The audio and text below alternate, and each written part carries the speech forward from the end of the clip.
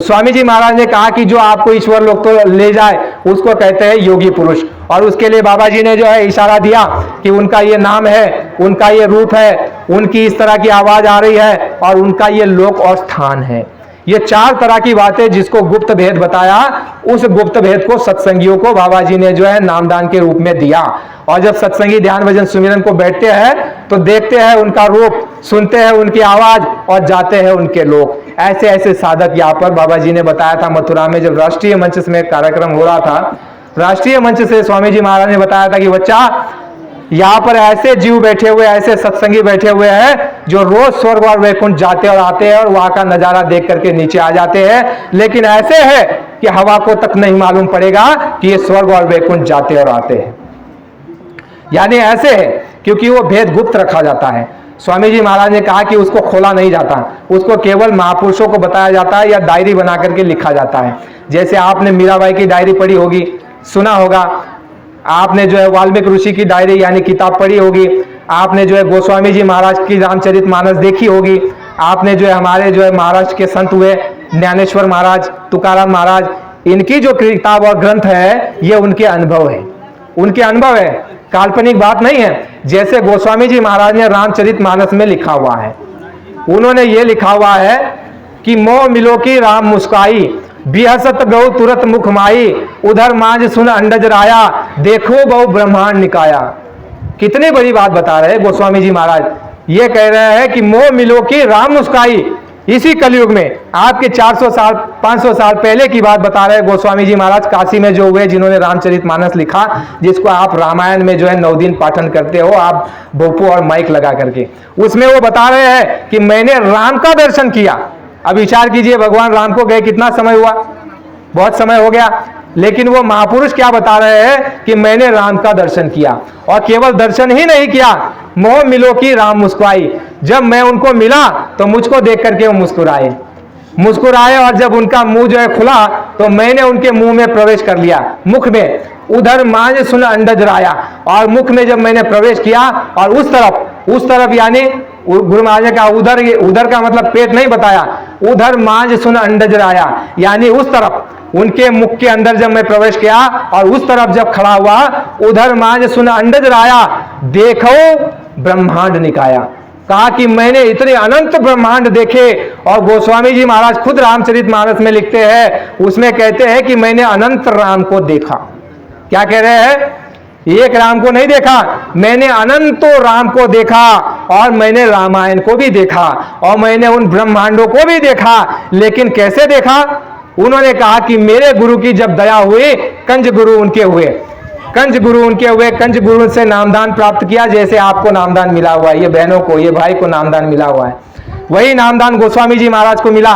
लेकिन उनको इतनी तड़प थी, इतनी प्यास थी, गोस्वामी जी महाराज को इतनी कद्र थी।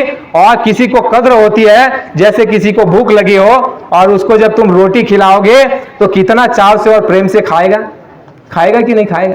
लेकिन किसी को भूख नहीं हो और उसको आप जो है पूरन पोली का भोजन सामने ला करके दे दो, खाएगा?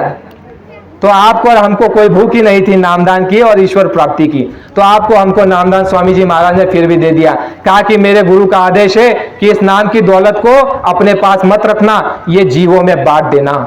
स्वामी जी महाराज ने कहा कि ये नाम की दौलत को पाने के लिए गुरु महाराज ने कहा कि अनेक तरह की सेवाएं करनी पड़ती थी, तब जाकर के ये नाम की दौलत मिलती थी। स्वामी जी महाराज ने कहा कि मेरे गुरु का आदेश है, इसलिए तुमको ये नाम का धन मिल रहा है, ये ऐसे नहीं मिलता। और ये नाम का धन जो तुमको मिल रहा है, यही नाम मीरा को मिला, यही नाम गोस्वामी को मिला, यही नाम आपके कबीर, नानक, पलटू, रैदास, यही नाम आपके दादा दरिया, आपके यही नाम तुकाराम महाराज और ज्ञानेश्वर मावलियों को मिला। देखो, उनको मिला तो उन्होंने उसका जो है कितना उपयोग किया, और आपको और हमको मिला तो हमने उसका क्या किया। स्वामी जी महाराज सत्संग में बताया करते, बच्चा, पिताजी के 4 बच्चे थे, चारों बच्चों को पिताजी ने जो है एक एक बोरी गेहूं का जो है चारों बच्चों को दे दिया कि जाओ एक एक बोरी तुम गेहूं का ले जाओ और इसको बढ़ा करके लाना। स्वामी जी महाराज ने कहा कि चारों बच्चों को दे दिया। कहा कि मैं कुछ दिन बाद तुम्हारे सामने आऊंगा और तुमसे पूछूंगा कि तुमने इसका कितना बढ़ाया या घटाया। बच्चे चले गए अपनी अपनी दिशा में, और पिताजी कुछ दिनों बाद जब लौट करके आए तो बच्चों को पूछा कि बच्चा, जो मैंने तुमको जो है एक बोरी अनाज का दिया था, गेहूं का, वो दिखाओ कितना बढ़ा है, कितना घटाया। तो चारों बच्चे सामने आते हैं। एक बच्चा कहता है कि पिताजी वह जो आपने एक बोरी दिया था गेहूं का, वो हम खा करके समाप्त कर दिया। क्या कर दिया? खा करके उसको समाप्त कर दिया। नहीं है, अभी समाप्त हो गया। कहा कि ठीक है। दूसरे बच्चों को बुलाया, कहा कि बच्चा तूने क्या किया? पिताजी मैंने जो है इसको जो एक जो है कमरे में रख दिया, ये इसलिए कि भाई मैं जो है इसको देखता रहूं और खुश हो जाऊं। जैसे कई सत्संगी प्रेमी है, कहते हैं कि हम नामदानी हैं, खुश होते हैं कि हम नामदानी हैं। स्वामी जी महाराज ने कहा, अरे बच्चा नामदान का काम करोगे तो नामदानी, नामदान का काम नहीं करोगे तो नामदानी भी नहीं। इसी तरह हम उस नामदान को देख करके खुश होते हैं कि नामदान मिल गया, नामदान मिल गया, लेकिन साधन भजन नहीं करते। इसी तरह वो दूसरा बच्चा कह रहा है पिताजी को कि पिताजी आपने एक जो बोरी दिया था गेहूं का, उसको सामने रख दिया और रोज देखता था और खुश होता था, अरे मेरे पास एक बोरी जो है गेहूं का पड़ा हुआ है, खुश होता था। तीसरे बच्चे को बुलाया कि अरे बच्चा तूने क्या किया? तीसरे बच्चे ने कहा कि पिताजी मैंने इस गेहूं की बोरी को जो है खेत में मैंने इसको बो दिया। कहा कि बहुत अच्छा किया। कहा कि फिर एक बोरी का कितना आया? कहा पिताजी कुछ नहीं आया। कहा कैसे नहीं आया? कहा कि जो मैंने गेहूं बो दिया था मैंने खेत में जो है जाकर के देखा ही नहीं कि एक बोरी जो गेहूं बोया है उसका क्या हुआ, काट करके ले गया, या बारिश आई और वो जो है अनाज को वो बीज को बहा ले गई। बहा ले जाती है ना, जब आप बुआई करते हो तो मेड़ लगाते हो, मेड़ बांध डालते हो पहले कि भाई ये हमारा बुआई किया हुआ बह ना जाए। फिर उसके ऊपर मिट्टी चढ़ाते हो, उसकी देखरेख करते हो, पानी देते हो, घास निकालते हो, उसको जरूरत पड़े जो आवश्यकता पड़े उसको वो चीज मुहैया कराते हो, खाद पानी देते रहते हो कि नहीं। लेकिन तीसरा बच्चा कहता है कि पिताजी मैंने तो बुआई कर दी। अरे कहा तूने बहुत अच्छा किया, लेकिन उसका कितना आया? कहा पिताजी कुछ नहीं, बुआई तो कर दी मैंने लेकिन आया कुछ नहीं। अरे कहा कैसे आएगा, तुम खेत में गए ही नहीं। फिर चौथे बच्चे को बुलाया कि बच्चा तूने क्या किया? चौथा बच्चा कहता है कि पिताजी जो आपने एक बोरी गेहूं का मुझको दिया था, वो एक बोरी गेहूं के बदले मैंने 20 बोरी जो है तैयार करके रख दिया। बात समझ में आ रही है? एक बोरी का मैंने 20 बोरी कर दिया। तो मुझे आप बताओ, एक बोरी का 20 बोरी करने वाले पर पिताजी खुश होगा, या वह जो जिन्होंने उसको बढ़ाया नहीं घटाया और उसको समाप्त कर दिया उस पर खुश हो गए? तो लायक कौन होगा? जिसने बढ़ाया है वो लायक होगा, और जिसने नहीं बढ़ाया वो क्या होगा? क्या होगा वो आप जाने। लेकिन जिसने बढ़ाया वो लायक होगा, और जो लायक है उसी पर पिता खुश होगा, प्रसन्न होगा, और उसी के हाथ में जो है सत्ता देगा। तो स्वामी जी महाराज ने आपको और हमको नामदान दिया। कुछ प्रेमियों को, कुछ को तो बाकी है, लेकिन समय आएगा आपको भी नामदान मिलेगा। आगे चल करके नामदान नहीं मिलेगा, और जब तुम जय गुरुदेव की माला करोगे तो तुम नामदानी ही हो जाओगे, और समय आने पर तुमको नामदान मिल जाएगा। तो स्वामी जी महाराज ने कहा कि उसकी बढ़ोतरी करने के लिए हमको आपको वो दिया था। स्वामी जी महाराज ने कहा कि इस तुम्हारे मनुष्य शरीर में इतना धन गड़ा हुआ है कि इतना अनमोल बेशकीमती धरोहर और इसमें धन गड़ा हुआ है कि जब तुम उसको देख लोगे तो तुम, गुरु महाराज ने कहा कि तुम मालामाल हो जाओगे। ये जगत की बादशाह की क्या बात करते हो, ऐसी बादशाहत तुमको मिल जाएगी कि तुम ये सोने चांदी हीरे मोती पोखराज पन्ना, ये जमीन का टुकड़ा, ये घर मकान और ये खेती और ये मान प्रतिष्ठा और ये पैसा और ये रुपयों पर ऐसे मिट्टी उठा करके डाल दो, मिट्टी उठा करके कहोगे कि ये मिट्टी है। ऐसी चेतन दौलत तुम्हारे अंदर जो है खजाना गड़ा हुआ है, उस परम पिता परमात्मा ने उस धन को, ये उस खजाने को तुम्हारे इस शरीर में गाड़ करके रखा हुआ है। स्वामी जी महाराज ने कहा जितने भी मानव शरीर में यहाँ पर बैठे हुए, ऐसा नहीं कि केवल नामदानियों के पास वो धन गड़ा हुआ है, नहीं, सभी के पास, चाहे मांसाहारी हो, शराबी हो, पापी हो, पुण्यात्मा हो, अच्छा हो, बुरा हो, काला हो, गोरा हो, पढ़ा हो, अनपढ़ हो, चाहे जैसा भी हो, सबके उस शरीर के अंदर में जो है धन गड़ा हुआ है। और ऐसा धन है, गुरु महाराज ने कहा जब उसको तुम प्राप्त कर लोगे तो जैसे मीरा ने अपने राजपाट को ठोकर मार दी, वैसे तुम अपने जो है घर परिवार को ठोकर मारने का प्रयास करोगे। लेकिन महापुरुषों ने रोक करके रखा हुआ है।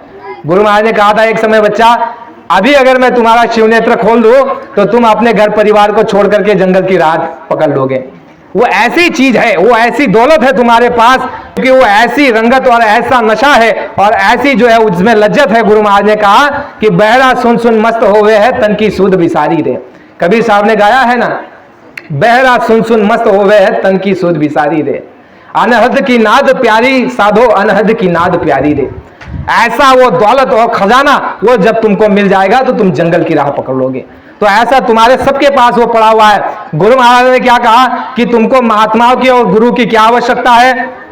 तुम्हारे पास धन गड़ा हुआ है, तुम्हारे पास सब कुछ है, लेकिन तुमको केवल रास्ते का भेदी यानी कोई जानकार जो वहां जाता है, आता है, जिसने प्रयोग किया है, जिसने प्राप्त किया है, ऐसा अनुभवी महात्मा जब तुमको मिल जाए और वो तुमको रास्ता बताएगा कि देखो इस तरह से बैठते हैं, इस तरह से करते हैं, इस तरह से प्राप्त होता है। यानी अनुभवी महात्माओं की सब जगह बात की गई है। चाहे आपके गुरु ग्रंथ साहब जो सिखों का है उसमें भी अनुभवी महात्माओं की बात कही है।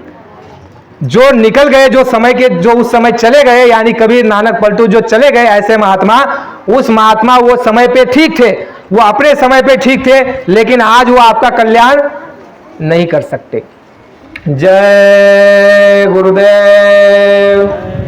महात्माओं ने क्या कहा? जैसे वक्त का हकीम आपका इलाज कर सकता है, उसी तरह से वक्त का, समय का महात्मा होना चाहिए, वो आपका इलाज करेगा। जो भव व्याधि आपको लगी है और जो आपको मोतियाबिंद हो चुका है, जो आपका शिव नेत्र को, जीवात्मा को, वह शिव नेत्र के जीवात्माओं के ऊपर जो रोग है, जो मोतियाबिंद लगा हुआ है, वो कौन हटाएगा?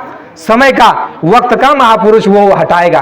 वक्त के महात्माओं की बात सभी धर्मशास्त्रों में कही गई है। गुरु ग्रंथ साहब जो हमारे सिख धर्म के गुरु भाई है, उनके ग्रंथ में यह लिखा हुआ है कि वक्त और समय के महात्माओं के पास तुम जाना। रामचरितमानस में भी लिखा है, वाल्मीकि रामायण में भी लिखा है, और तमाम प्रकार के जितने भी धर्मशास्त्र है, सब में जो है समय के और वक्त की महात्माओं की जो है महिमा है। और सबको यह कहा कि तुम समय के महात्माओं की खोज करना, और समय का महात्मा जब तुमको मिल जाएगा तो तुम्हें जो है जन्म मरण के चक्कर से छुड़ा करके, और तुम्हें यह जो है जीते जी परमपिता परमात्मा का दर्शन और दीदार करा सकता है। ऐसा पहुंचा हुआ महात्मा, अनुभवी महात्माओं की तुम खोज करना।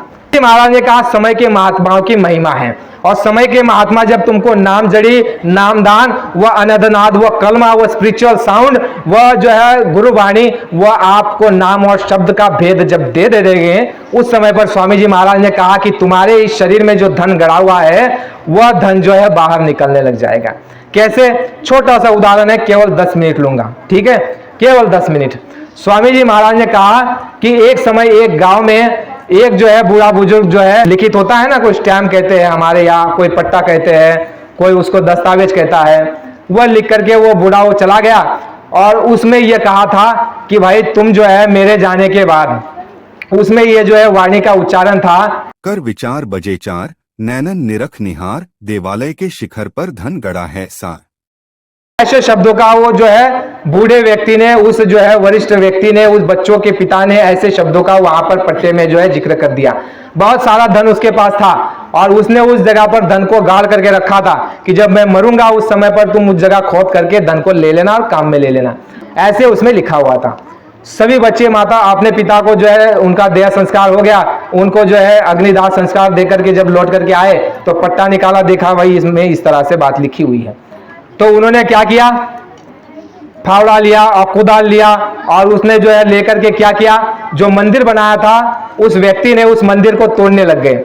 यानी उसका जो गुमज था उसको पहले तोड़ा, देखा कि गुमज में सोना गड़ा होगा, धन गड़ा होगा, गुमज तोड़ दिया, कुछ नहीं। फिर पूरे मंदिर को तोड़ दिया, कुछ निकला नहीं। उसके बाद जो जमीन में नींव बनाई थी उस नींव को भी खोद डाला, लेकिन मिला कुछ नहीं, और वो बड़े निराश हुए, हताश हुए। स्वामी जी महाराज ने ये कहानी बताई, कहा कि बच्चा वहां से महात्मा गुजर रहे थे, महात्मा ने पूछा भाई क्यों नाराज हो गए, क्यों दुखी बैठे हुए? तो उन्होंने कहा कि अरे महात्मा जी, हमारे पिताजी ने ये कहा था भाई यहाँ पर धन गड़ा है, मेरे जाने के बाद तुम धन को निकाल लेना, तुम्हारे काम में आ जाएगा। महात्मा जी ने कहा कि कहा है, दिखाओ जरा क्या लिखा है उसमें। तो महात्मा जी ने जब देखा, महात्मा जी ने कहा अरे बात तो बिल्कुल सही लिखी हुई है इसमें। उन्होंने कहा हमने तो सारा गुम्बज तोड़ दिया, मंदिर तोड़ दिया और नींव को खोद डाली, लेकिन धन तो मिला नहीं। तो महात्मा जी ने कहा कि तुम एक काम करो, महीना 2 महीने के अंदर इस मंदिर को दोबारा बना दो, और इस मंदिर को दोबारा बना दो, मैं लौट करके आऊंगा तो तुमको धन निकाल के दिखा दूंगा। क्या कहा? मैं जब लौट करके आऊंगा तो तुमको इसी जगह धन निकाल करके दिखा दूंगा। बच्चों ने कहा कि भाई अगर नहीं आए, नहीं निकला तो? महात्मा ने विश्वास दिलाया। महात्मा ने कहा मेरे विश्वास पर तुम ये काम करो। बच्चे लगे जो है उस मंदिर को बनाने, उसी नींव को जो खोदा था उसी को लगाने, और उसको जो है बनाया, नींव डाली, मंदिर बनाया और गुम्बद लगाया। कुछ दिन बाद जब महात्माओं का आना हुआ तो महात्मा आ गए और बच्चों को बुलाया कि यहां आ जाओ।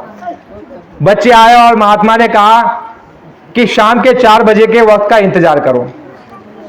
शाम के 4 बजे महात्मा उस मंदिर के पास आए और महात्मा देख रहे हैं कि सूरज जो निकला हुआ है और सूरज निकला हुआ है उसकी जो रोशनी मंदिर के गुम्बज पर पड़ रही है और जो उसकी छाया यानी छाव जमीन पर पड़ रही है 4 बजे, बिल्कुल 4 बजे जो छाया उसकी जमीन की जिस दिशा में पड़ रही है, महात्मा ने वहां पर जो है निशानी लगा दी, लकड़ी उठा ली और वहां पर निशानी लगा दी। कहा कि बच्चों यहां पर खोदो।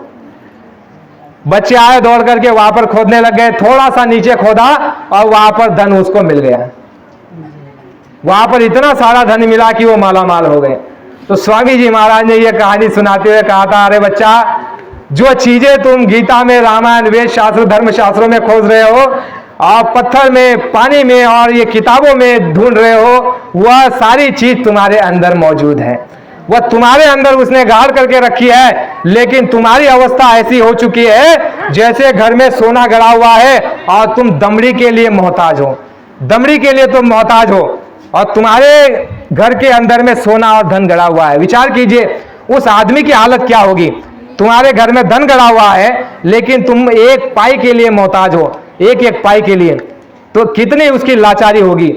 तो यही लाचारी तुम्हारी हमारी हो गई है, यही लाचारी सारे संसार की हो गई है। संसार जो है उसी पट्टे को लेकर के जो धर्मशास्त्रों में लिखा हुआ है कि ऐसे प्राप्त होता है, वो परमात्मा ऐसे प्राप्त होता है, महापुरुषों ने उसमें लिखा हुआ है। लेकिन उसी धर्मशास्त्रों का पाठन रात दिन कर रहे हैं, लेकिन किसी को कुछ वहां पर मिलने वाला नहीं है, मिल नहीं रहा है। स्वामी जी महाराज ने कहा, अरे बच्चा, धर्मशास्त्रों में, रामायण में ये जंगल है और ऐसा जंगल है, इसमें जैसे जंगल में जड़ी बूटियां होती है, इसी तरह रामायण में अनेक जड़ी बूटियां है जो तुम्हारे काम की है। लेकिन जैसे जंगल में जड़ी बूटियां है और जंगल में तुम चले जाओ, लेकिन तुम पहचान नहीं पाओगे कि कौन सी जड़ी बूटी किस काम की है। पहचान पाओगे?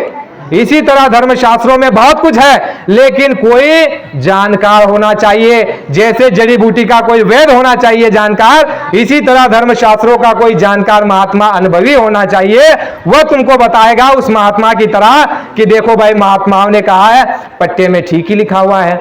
और इसी तरह से जब तुम और हम, स्वामी जी महाराज ने जो नाम दान दिया, ये कहा कि तुमको कई बार जाने की जरूरत नहीं। कबीर साहब ने जो कहा 700 वर्ष पहले कह करके गए, लेकिन आज भी हम वही जो है ठोकरे खा रहे हैं। कबीर साहब ने कहा कि मैं ना पत्थर में ना पानी में, मैं तो हूँ विश्वास में, मैं तो हूँ तेरे पास। ऐसे उन्होंने शब्दों का वर्णन किया। वो हमारे पास है, हमारे पास मौजूद है। तो वही जो है ताले की चाबी महात्मा देते हैं और कहते हैं कि अपने ही घर में बैठ करके चारपाई पर बैठ जाओ, लेट करके करो, बैठ करके करो। स्वामी जी महाराज ने इतनी छूट दी, कहा कि अगर तुम बैठ नहीं सकते, घुटने में दर्द है, तो स्वामी जी महाराज ने कहा लेटे लेटे करो। भजन की अवस्था में चले जाओ, मन बुद्धि को, चित्त को एकाग्र करके ऊपर ध्यान लगाओ। ऊपर देखो आवाज आ रही है, उसको ध्यान लगाओ और उसको सुनो। स्वामी जी महाराज ने कहा दोनों आंखों को बंद करके सामने देखो और इस तरह से सुमिरन करो। ये सारा तुमको, हमको जो है कोई फूल, धूप, दीप, अगरबत्ती लगाने की जरूरत नहीं, वो सब कुछ तुम्हारे पास है। यानी चेतन आत्मा से चेतन परमात्मा की जब तुम पूजा करोगे तो बाबा जी ने कहा कि तुमको चेतन दौलत मिलेगी। और चेतन दौलत जब मिल जाती है तो वह जो है कभी समाप्त नहीं होती। जैसे मीराबाई कहती है, खर्चत ना खूटे, चोर ना लूटे, दिन दिन बड़े सवायो, पायो जी मैंने नाम रतन धन पायो, वस्तु अमोलक दीनी मोर सतगुरु, करी कृपा अपनायो, पायो जी मैंने नाम रतन धन पायो। और उस नाम रतन धन को प्राप्त करके जब उसका खजाना निकलने लग गया तो मीराबाई कहती है कि वो इतना खजाना है, खर्चत ना खूटे। इतना खर्चो तो भी वो खुटता नहीं है, कम नहीं पड़ता, उसको कोई चोर नहीं लूट सकता। जैसे तुम्हारे सोने को चोर लूट सकता है, वैसे मीराबाई ने कहा वो दौलत को कोई लूट नहीं सकता। वो ऐसी दौलत तुम्हारे सबके पास पड़ी हुई है, लेकिन उसके ऊपर क्या पड़ गया? गोबर पड़ गया, मिट्टी पड़ गई, और वो जो है उसकी खुदाई की जगह आप और हम भूल चुके हैं। इसलिए है धर्म प्रेमियों, महात्माओं की खोज करो। बाबा जी ने कहा महात्मा तुमको मिलेंगे, तुम जो है आए गए का सेवा सत्कार करो, भूखे को रोटी खिला दो, प्यासे को पानी पिला दो, इसी पुण्य प्रताप से तुमको महात्मा मिल जाएंगे। बहुत सस्ता है। और जिनको महात्मा मिल गया है उनको चाहिए कि साधन भजन को नित्य नियम करे और हर आदेश का पालन करे, शाकाहारी प्रचार करे। बहुत बड़ा काम होने वाला है। वो समय आने पर कभी हम आपके सामने उपस्थित होंगे तब उस जिक्र करेंगे, लेकिन अभी फिलहाल के लिए यही। जगाचे कल्याणी संतांच्या विभूति, देह परोपकारी कष्टवेता। जग का कल्याण संतों से ही हुआ है और संतों से ही होगा। तुम्हारे हमारे कर्मों को उठा करके महात्मा जो है खुद भोगते हैं और तुमको हमको निर्मल साफ सुथरा बना करके सुख और जो है शांति और तुमको हमको जो है आनंद देने का प्रयास करते हैं। और दूसरी बात, तीसरी बात जो है, नाम का धन स्वामी जी महाराज देंगे आने वाले समय में, और धन जो है तुम्हारे पास पड़ा हुआ है, सिर्फ उसकी चाबी लेने के लिए उनके पास जाना पड़ेगा। लेकिन महात्मा मिलेंगे कब? जब आप भूखे को रोटी खिलाओगे, प्यासे को पानी पिलाओगे, आए गए का सेवा सत्कार और शाकाहारी रह करके जीवन को बिताएंगे, तो उस समय पर स्वामी जी महाराज ने कहा कि आपका जीवन सफल हो जाएगा। जब महात्मा मिल जाएंगे तो वह महात्मा आपको उसके साथ जोड़ देंगे, और जब उसके साथ जोड़ देंगे तो तुमको जो है गुरु महाराज ने कहा कि वह आनंद के देश में पहुंचा देंगे और वह आनंद तुमको मिलने लग जाएगा। जिस आनंद को तुम खाने में, पीने में, शौक में, श्रृंगार में ढूंढ रहे हो, लेकिन आनंद कहीं पर नहीं मिल रहा है। स्वामी जी महाराज ने कहा कि जो तुम बाहर आनंद खोज रहे हो वो आनंद तुम्हारे पास है। अमृत की कूपी जैसे रावण की नाभि में थी, वैसे अमृत तुम्हारे अंदर में है। और जब तुम अंदर मुंह करके, यानी ये बाहर जो आंखें हम देख रहे हैं, ये बाहर सुख ढूंढ रहे हैं और एक क्षणिक सुख सोचते हैं कि खाने में सुख मिल जाएगा, थोड़ा खाएंगे तो वापस सुख खत्म हो गया, तो खाने में सुख नहीं है। देखने में सोचते हैं कि देखेंगे, पिक्चर देखेंगे, कोई सुंदर सुंदर वस्तुएं देखेंगे तो सुख मिल जाएगा, थोड़ा देर सुख मिलता है लेकिन फिर समाप्त हो जाता है। यानी ये क्या है? गुरु महाराज ने कहा कि ये क्षणिक सुख है, क्षणिक सुख थोड़े क्षणों के लिए तुमको मिलेगा। स्वामी जी महाराज ने कहा कि ये व्यक्ति, ये जीव, ये मन ऐसे भटक रहा है जैसे कुत्ता होता है। कुत्ता जो है हड्डी को उठाता है, मुंह में डालता है, और वह क्या करता है, उसके ही मसूड़ों में जो हड्डी लग करके खून निकल रहा है उसी को वो खाता है। और कुत्ता ये जानता है कि मुझे बड़ा रस मिल रहा है, हड्डी में से कुछ मिल रहा है। स्वामी जी महाराज ने कहा कि यही दिशा और दशा तुम्हारी हमारी हो गई है। गुरु महाराज ने कहा इस दिशा को बदलने के लिए क्या करना पड़ेगा? अथा आनंद, जिसको अखंड कीर्तन भी कहते हैं, अथा आनंद का सागर तुम्हारे पास है। लेकिन इन दृष्टियों को जब अंतर में उल्टोगे, अंतर दृष्टि करोगे, बाहर दृष्टि को बंद करके अंतर में जब चलोगे तो अमृत की कूपी तुमको हमको मिल जाएगी। धर्म प्रेमियों, अगर समय ज्यादा हो गया हो तो आप सभी से भूल चूक की माफी चाहते हैं, और जो आपको अच्छा लगा हो उसको आप प्रसाद समझ करके ले जाइए और उसको जो है मनके की तरह आप पिरोते रहना और रोज देखते रहना कि भाई हमने क्या लिया, क्या पाया, कितना हमने बुराइयों को त्यागा, अच्छाइयों को अपनाया, हम किस किस बात पर जो है चल रहे हैं। ये सारी बातों का आप मंथन और चिंतन करते रहना। प्रेमियों, बोल चुक के लिए आप सभी से माफी चाहते हैं और अंत में बड़े प्रेम प्यार से उस मालिक के नाम का हम आप उच्चारण करेंगे। जय गुरुदेव, प्रेम से बोलिए जय गुरुदेव। नाम किसका? प्रभु का पावन और प्यारा नाम।